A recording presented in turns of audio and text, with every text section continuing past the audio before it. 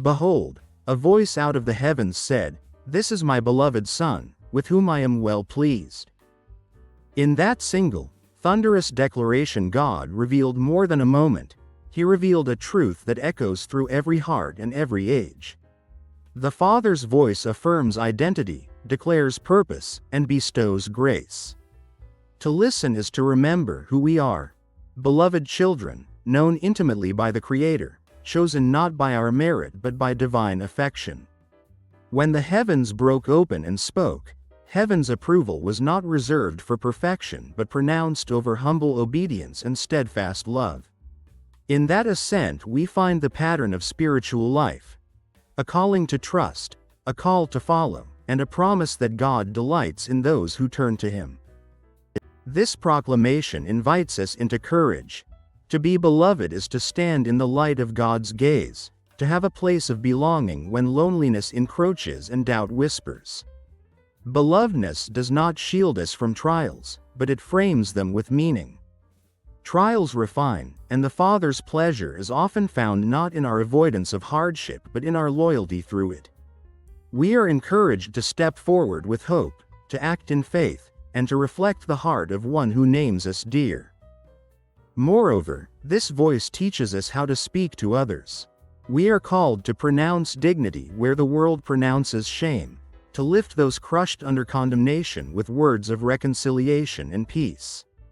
When we echo the Father's affirmation, we participate in healing. Simple, kind declarations of worth can be sacramental, conduits of grace that remind weary souls of their created beauty and eternal worth.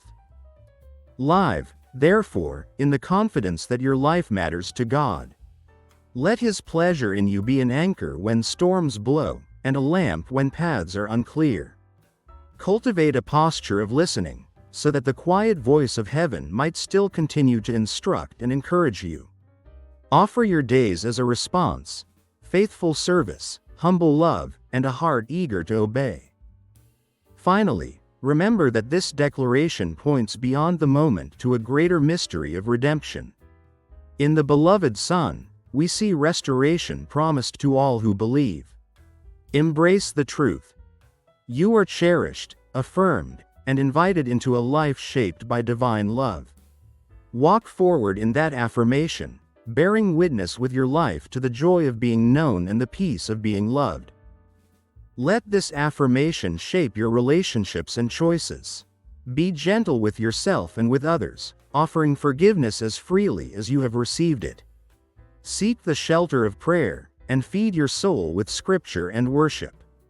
Serve with humility, not for applause, but as a thankful response to undeserved favor. Remember also to gather with others who echo heaven's voice, encouraging one another toward holiness and compassion.